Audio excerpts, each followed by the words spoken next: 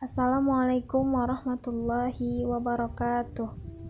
Perkenalkan, nama saya Adelia Lutfiani dan rekan saya Imam Nur Ajid. Kami dari kelompok 4 mata kuliah Ulumul Hadis. Sebelum itu yang terhormat kepada dosen pengampu mata kuliah yaitu Bapak Dr. Haji Ahmad Hidayat LCMAG dan kepada teman-teman sekalian. Pada kesempatan kali ini saya akan menjelaskan materi tentang sejarah kodifikasi hadis. Sebelumnya, apa sih kodifikasi itu? Kodifikasi atau codification artinya penyusunan. Jadi bisa dikatakan sejarah kodifikasi hadis adalah sejarah penyusunan hadis atau sejarah pembukuan hadis. Lalu, bagaimana latar belakang kodifikasi hadis?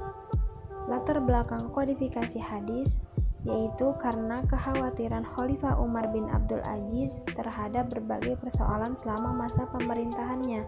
Salah satunya dari pergolakan politik yang sudah terjadi sejak lama yang mengakibatkan perpecahan umat Islam kepada beberapa kelompok.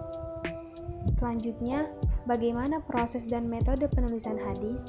Proses penulisan hadis terbagi menjadi 7 periode. Periode yang pertama yaitu pada masa awal turunnya wahyu dan pembentukan hukum serta dasar-dasarnya. Pada masa ini Rasulullah SAW memerintahkan pada sahabat tertentu untuk menulis wahyu yang turun.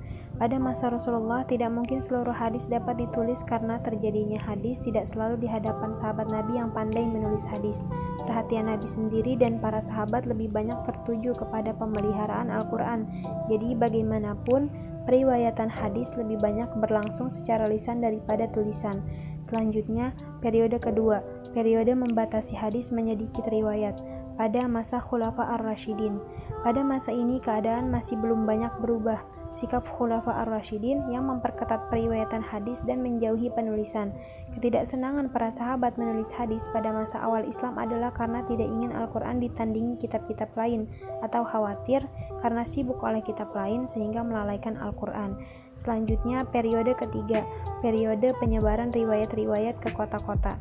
Pada masa ini, terkenallah sahabat-sahabat yang dijuluki sebagai bendaharawan hadis, yaitu mereka yang meriwayatkan lebih dari 1000 hadis.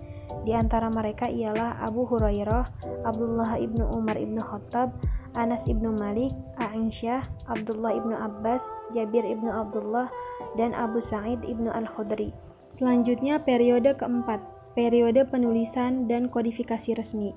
Berlangsung dari masa Khalifah Umar bin Abdul Aziz sampai akhir masa abad kedua Hijriah, Khalifah Umar mengambil langkah-langkah dan kebijaksanaan terhadap hadis yang belum pernah dilakukan oleh semua khalifah sebelumnya.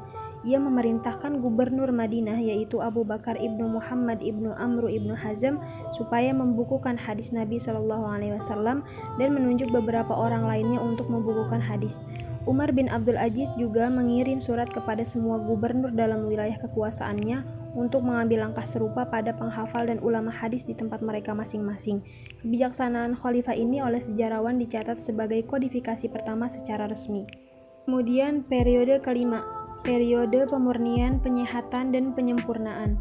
Periode ini menanggung dan mencarikan pemecahan terhadap masalah-masalah hadis yang muncul dan belum diselesaikan pada periode sebelumnya. Di samping itu, kegiatan lainnya pada periode ini adalah pertama mengadakan lawatan atau rihlah ke daerah-daerah yang semakin jauh, guna menghimpun hadis-hadis daripada perawi.